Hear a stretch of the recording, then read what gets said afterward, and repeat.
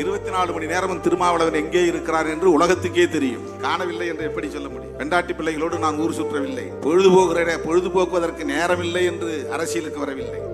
போனா போது ஒரு நாளைக்கு ஒரு 1/2 மணி நேரம் அரசியல் பண்ணுவோம், அரசியலுக்கு வரவில்லை.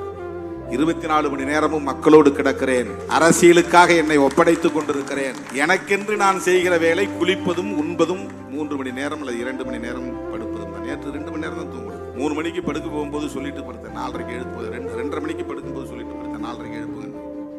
கரெக்டாக 4:20 தட்டி என்ன எழுப்புனாங்க. அதுக்கப்புறம் நான் குளிச்சுட்டு போய் இதுவரையிலும் கண்ணை கூட மூடலை. போய் பணி 11 மேலாச்சு. எவ்வளவு பேர் அங்கே காத்துட்டு இருக்காங்கன்னு தெரியாது. 1 மணி ஆனாலும் 2 மணி ஆனாலும் பார்த்துட்டு தான் போவாங்க. இப்படித்தான் ஓடிக்கொண்டிருக்கிறேன்.